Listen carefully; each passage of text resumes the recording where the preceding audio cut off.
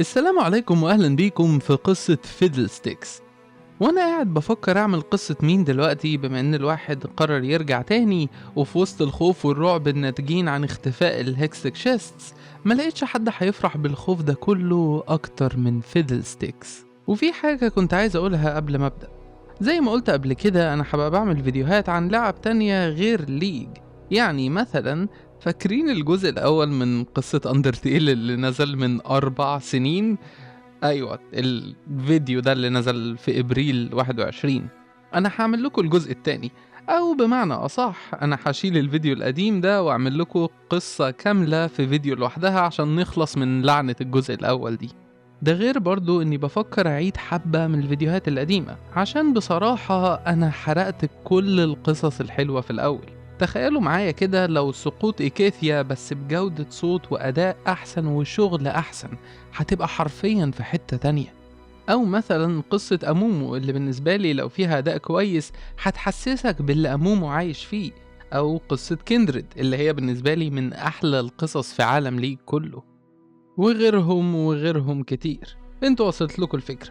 أنا في الغالب هعيد كل القصص اللي عملتهم زمان دول، بس أنا لسه ما قررتش بأنهي ترتيب. فبقولوا لي في الكومنتات عايزين تشوفوا قصص مين تتعمل تاني بشكل أحسن. وأخيرا وليس أخيرا، تعالوا نبدأ القصة. من زمن بعيد في برج على حافة البحر كان في ساحر شاب وغبي استدعى حاجة للعالم ده هو ما كانش يقدر يسيطر عليها. اللي وقف قدام الشاب ده كان حاجة أقدم من التاريخ المكتوب، أظلم من سماء الليل من غير نجوم. شيء العالم حاول يائسا إنه ينساه.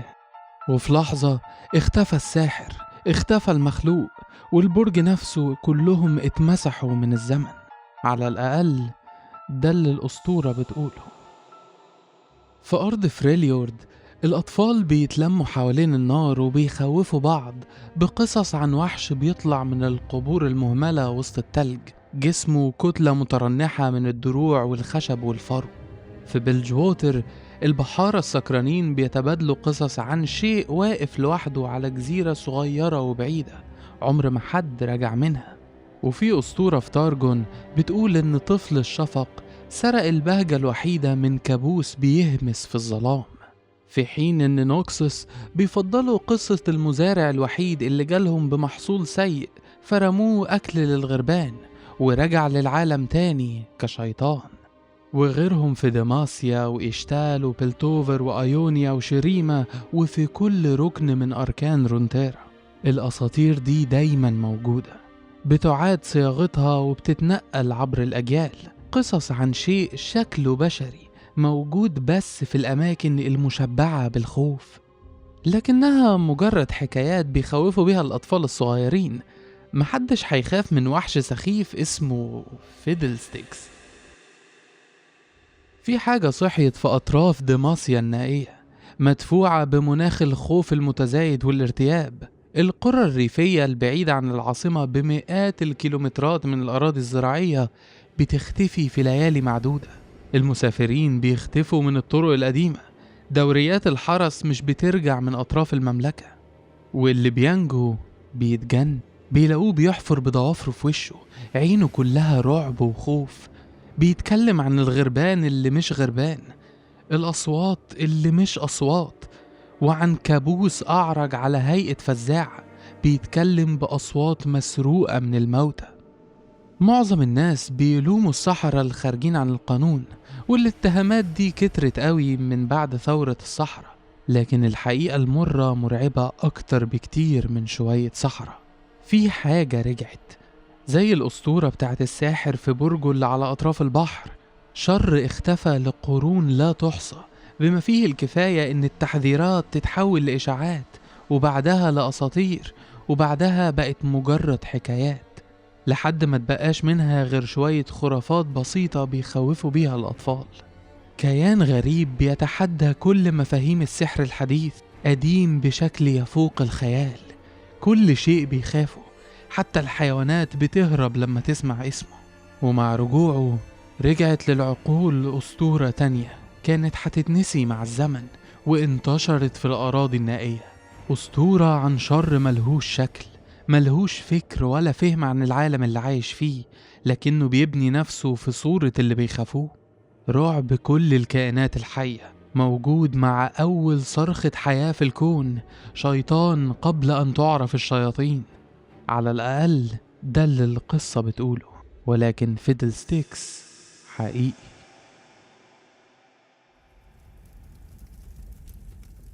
بدأت الحكاية لما العجوز هوبرد وهو سكران على خمرة بايتة وذكريات معركة أكيد هرب منها، حبس نفسه في كوخ صغير برا جولدويلد.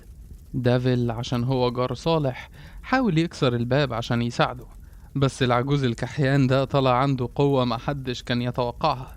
هو سند جسمه على الباب وهو بيهذي عن المرتفعات والعناكب وإن الطيور هتاكله وهو حي. محدش صدقه طبعا، كلنا قلنا إنه بيهذي من الشرب، فرجعنا بيوتنا متوقعين إن الموضوع هيحل نفسه لما يفوق من الشرب الصبح. بس الموضوع ما خدش غير ليلة واحدة بس.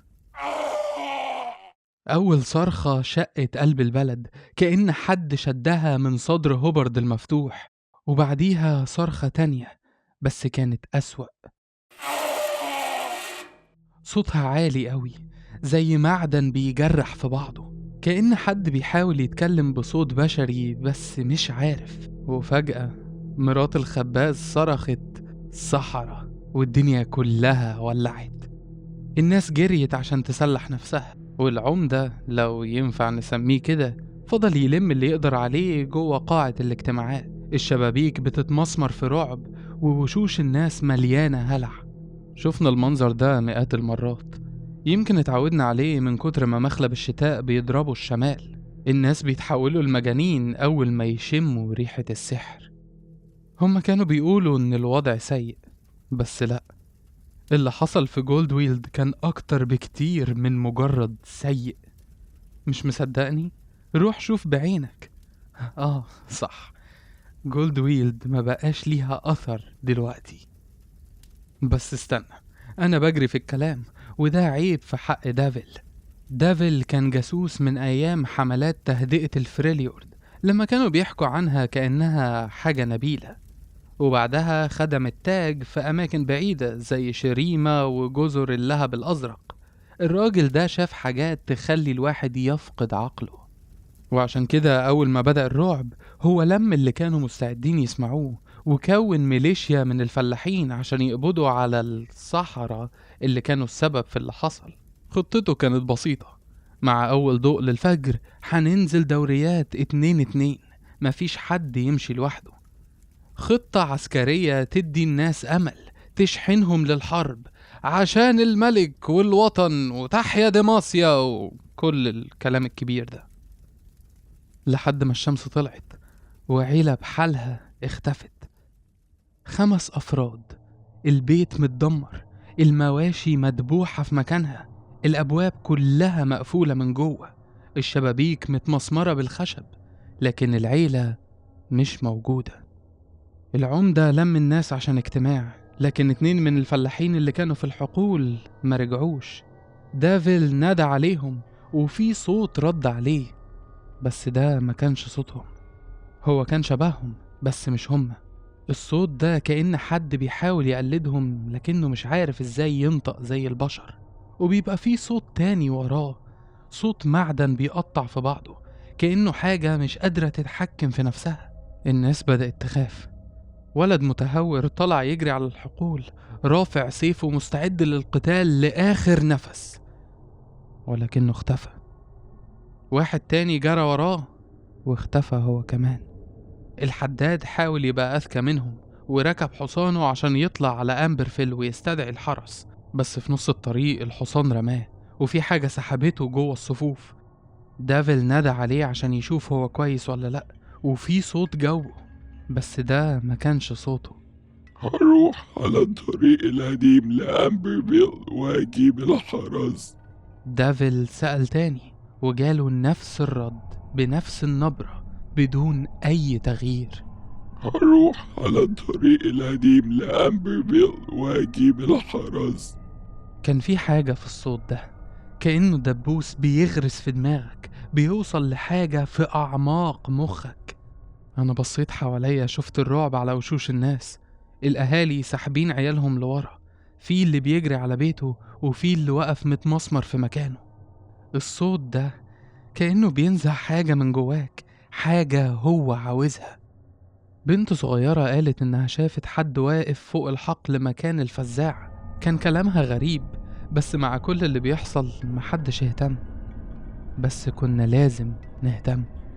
الليل جه ونص البيوت متقفلة بالخشب، وجوه البيوت الناس بتهمس بتتمتم، وفي اللي بيضحك بجنون. بيحكوا عن مش عارف ايه، عن الثعابين، عن البرق، عن الضلمة، عن الحيطان اللي بتقرب، عن السكاكين، عن البحر. بيضحكوا ويصرخوا كأنهم محبوسين مع أسوأ مخاوفهم جوه دماغهم، وكأننا كلنا بقينا جوه كابوس.